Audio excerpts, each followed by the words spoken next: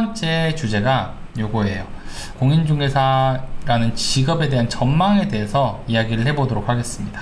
이게 살아남을 것인가 아니면 사라질 것인가 여기에 대한 건데, 약간 진화론이랑 좀 비슷한 것 같아요. 원래 좀 진화를 해야 되잖아요. 그래서 이게 앞으로 잘 될까? 아니면은 아예 바뀌는 걸까? 여기에 대해서 조금 얘기를 해보도록 하겠습니다. 제가 이거에 대한 고민들을 생각보다 많이 했어요. 왜냐하면 저도 생존을 해야 되잖아요. 이게 진짜로 계속 할 수 있을까? 할 수 없을까? 막 이런 생각들을 많이 했었는데, 이 고민에 대한 결론을 조금 많이 내린 상태라 가지고 좀 이야기를 해드릴 수 있을 것 같아요. 아마 이거 고민하시는 분들 되게 많을 거예요. 현업에서 일을 하고 있는 사람들도 그렇고, 현재 공부하고 있는 사람들 있잖아요. 밤잠 안 자고 공부 시험 준비하고 있으신 분들도 여기에 대한 고민이 좀 많을 거예요. 또 현업에서 일하시는 분들 중에서 매출이 좀 떨어지시는 분들이라든지, 앞으로 내가 계속 할 수 있을까? 이런 대한 고민들이 좀 있을 것 같아서 이 전망에 대해서 좀 얘기를 해볼 건데, 제가 나름대로 내린 결론은 이거예요. 공인중개사의 전망은 앞으로도 할 수 있는 일이 많다. 여기에 대해서 얘기했습니다. 제가 이런 얘기 하면은, 야, 너 무슨 너무 긍정적인 거 아니냐? 지금 다 망하고 있는데 뭔 소리냐? 이런 얘기 할 수 있습니다. 뭐 기사도 안 읽어보냐? 이런 얘기 하는데, 기사 많이 읽습니다. 기사 많이 읽어보고 이 내용에 대해서도 생각을 좀 많이 해봤어요. 여기도 지금 최근에도 이런 내용들이 나오더라고요. 밤잠 설치면서 자격증 힘들게 땄는데 개업 공인중개사 망연자실, 그 다음에 부동산 한파, 신규 개업 공인중개업소 주춤 이런다, 비관적인 전망이 팽배하고 있다, 이런 얘기를 합니다. 실제 기사 내용들이 이런 것들이 되게 많은데, 제가 예전에도 이 기사에 대한 내용을 얘기해 드렸어요. 한 20년 가까이 쭉 설명을 해드렸는데, 이런 기사들 때문에 우리의 생각이 흔들리면 안 되거든요. 그래서 일단 하나씩 좀 설명을 해드려 보겠습니다. 공인중개사의 업무에 대해서 좀 볼게요. 공인중개사가 뭐를 하는 사람인지 한번 봐야 되는데, 우리 공인중개사들은요, 일정한 보수를 받고 중개를 해주는 일을 합니다. 중개라는 건 이제 매매와 임대차 원하는 사람들을 연결을 해주고 계약서를 써주고 계약을 진행하는 역할을 하고 있습니다. 이게 이제 공인중개사들이 하는 일인데, 이게 단순하거나 쉬운 일이 아닙니다. 어려워요. 왜냐하면 계약을 체결해가지고 딜을 하는 거거든요. 사실 이거 어려운 일입니다. 어느 정도 경험이 있지 않거나 지식이 있지 않은 경우에는 어려워요. 그래서 단순하게 얘기를 해보면 계약이라는 건 되게 간단한 행위입니다. 간단하죠. 왜냐면 임대인이 임차인을 찾고 매도자가 매수자를 찾으면 돼요. 그냥 전봇대 같은 데다가 붙여놔도 되고, 혹은 광고 직접 해가지고 해도 됩니다. 근데 실제로 중개사를 통한 계약이 대부분이에요. 90% 이상은 직거래가 아니라 공인중개사를 통해 가지고 계약을 합니다. 이게 계약이라는 게 말처럼 그냥 단순하게 야, 이 사람들 연결해가지고 계약서 써주면 되는 거 아니야? 이렇게 생각을 하는데, 이걸 할 수 있는 사람이 많이 없다는 거죠. 단순한 업무가 아니라는 거죠. 계약서 하나만 놓고 보면 굉장히 단순한 내용인데 절대 단순하지가 않아요. 그리고 해보지 않은 사람들은 할 수가 없는 일이죠. 직거래를 하지 않는 이유들을 제가 간단하게 정리를 해가지고 왔는데, 직거래도 충분히 가능합니다. 아까 전에 제가 계약 진행 과정을 얘기를 해드렸잖아요. 임대인과 임차인이 직접 만나서 계약을 해도 절대 문제가 없어요. 불법적인 부분들은 아니고 계약서 쓰셔도 상관없습니다. 그런데도 직거래를 하지 못하는 게, 일단 첫 번째로 계약을 할 사람을 찾는 게 굉장히 어려워요. 어려운 일입니다. 이거는 공인중개사들도 어려워하는 일이에요. 제가 조금 이따가 광고에 대해서 좀 설명을 해드릴 텐데, 이 광고를 해가지고 겨우 찾는 게 계약할 사람이기 때문에 이거를 실제로 찾는 것 자체가 굉장히 어렵습니다. 그리고 본인들이 각자 하고 있는 일을 해야 됩니다. 지금 하고 있는 일이 있는데 계약에 신경을 써가지고 이거를 하루 종일 요거만 붙어 있을 수는 없거든요. 오늘 올렸다고 오늘 바로 팔리는 게 아니잖아요. 그래서 내가 할 수 있는 일을 하는데 전문가의 도움을 받아서 내 집도 팔고 내 사무실도 임대를 놓고 이렇게 하는 겁니다. 세 번째는 계약을 진행하기가 힘들다. 자, 우리가 공인중개사들이요, 시험 준비를 한 1년에서 많게는 한 3, 4년 정도까지 합니다. 한 3년 정도로 할게요. 평균적으로 1년에서 한 3년 정도를 많이 하기 때문에 이 정도 공부를 했어요. 공부를 한 사람이 딱 시험 자격증을 딴다 해서 바로 계약을 할 수 있을까? 못 하거든요. 어려워요. 그런데 아무것도 안 한, 공부도 안 하신 일반인들이 계약을 진행한다? 이건 진짜 되게 힘든 일이거든요. 계약에 대해서 모를 뿐만 아니라 나도 모르고 상대방도 모르면은 진행 자체가 안 되는 거죠. 그냥 내가 할 말만 하다가 끝나는 경우가 많아요. 그리고 네 번째, 상대방을 신뢰하기가 어렵다. 자, 우리가 당근마켓이나 중고거래를 할 때 3만원짜리, 5만원짜리도 그렇게 사기가 많아요.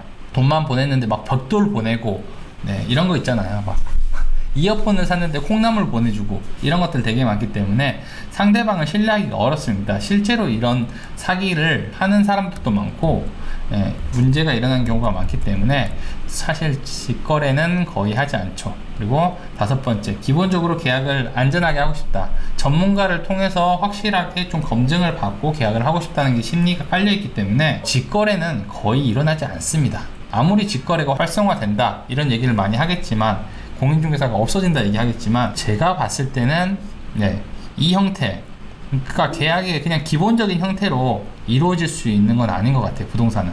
그래서 누구나 전문가가 필요하고, 계약을 했다고 하더라도 불안한 부분들이 많아가지고 상담을 받고 하는데, 이게 직거래로 된다는 건 거의 어렵습니다. 그러니까 공인중개사 이 업종에 대한 전망은 밝은 것 같아요. 나쁘지 않습니다. 계속 일이 있어요. 그러면은 지금처럼 그냥 일하면 되냐 라고 얘기를 하는데, 공인중개사가 필요하다고 했지 계약의 형태가 계속 이렇게 이루어진다는 건 아니거든요. 계약은 분명히 계속 바뀔 겁니다. 지금도 전자계약이라든지 다른 부분들로 자꾸 바뀌고 있잖아요. 제가 걱정하는 거는 사실 이 계약에 대한 부분들은 아니에요. 이거는 전문적인 영역이기 때문에 계속 전문가에게 도움을 받고 계약을 해야 되는데, 이런 역할을 할 수 있는 회사가 나타날 수 있다는 거죠. 프롭테크 회사일 수도 있고요. 새로운 대기업이나 자본력을 가진 사람들이 나와서 시장을 장악할 수도 있습니다. 자, 이런 회사가 있는데 작은 공인중개사들이 상대가 될까라고 하면은 사실 조금 어렵겠죠. 그래서 제가 생각했을 때는 이 공인중개사들이 조금 더 발전된 형태로 바뀌어야 된다라고 생각을 해요. 지금도 많은 부동산들이 그냥 계약서만 써주고 집만 단순하게 보여주고 하기 때문에 욕을 먹는 경우도 있고, 진짜 중개 보수 아깝다 라고 생각을 하는 경우가 있기 때문에 조금 진화를 해야 됩니다. 우리가 지금 알고 있는 이런, 제가 현대자동차 그룹을 하나 가지고 왔어요. 여기도 지금 제일 많이 변화하는 산업이잖아요. 원래 여기가 내연기관차를 만들던 회사입니다. 내연기관으로 돈을 많이 벌던 회사들이에요. 다 자동차 회사들 다 그랬죠. 내연기관을 하던 곳인데, 지금 시대가 변했기 때문에 이런 전기차 쪽으로 많이 가고 있습니다. 전기차, 다 전기차예요. 이런 전기차들을 해가지고 미래를 대비하는 거죠. 우리도 마찬가지로 시장은 바뀔 수 있고 계약의 형태는 계속 바뀔 수 있기 때문에 변화를 굉장히 빨리 체감해야 되고, 우리 일하는 형태를 바꿔야 됩니다. 그래서 분명히 앞으로 중개업은 변화하는 시기가 있을 거고, 또 여기서 저는 기회가 있을 거라고 보거든요. 많은 사람들이 기회가 있을 거예요. 그래서 큰 돈을 벌 수 있는 기회도 있을 거고, 일을 조금 키울 수 있는 기회도 있을 것 같아요. 예전에 인터넷 광고가 처음 나왔을 때 이런 거를 생각해 보시면 좋습니다. 인터넷이 처음 나왔을 때, 이전에도 인터넷 광고가 없던 건 아닌데요. 우리가 잘 알고 있는 N사, 네이버 있잖아요. 네이버에서 네이버 부동산을 냈을 때 지각 변동이 일어났습니다. 근데 원래 잘 나가던 부동산들 있잖아요. 이렇게 코너짜리, 대로변에 있는 코너짜리에 있던 이런 부동산들을, 혹은 대로변에 이렇게 내가 하고 있으니까 오래됐으니까 난 잘하고 있다 이렇게 생각을 하던 사람들은 네이버 부동산 그런 거 안 써도 돼, 나는 어디 뭐 114라든지 뭐 먼경 뭐 이런 데 있잖아요, 난 이런 것만 쓰면 돼, 자 난 이렇게 할 거야 라고 생각을 해서 계속 그런 것만 진행하거나 홈페이지에다가 올리는 그런 행태만 계속 하다가 사라져 갔습니다. 적응을 못한 거죠.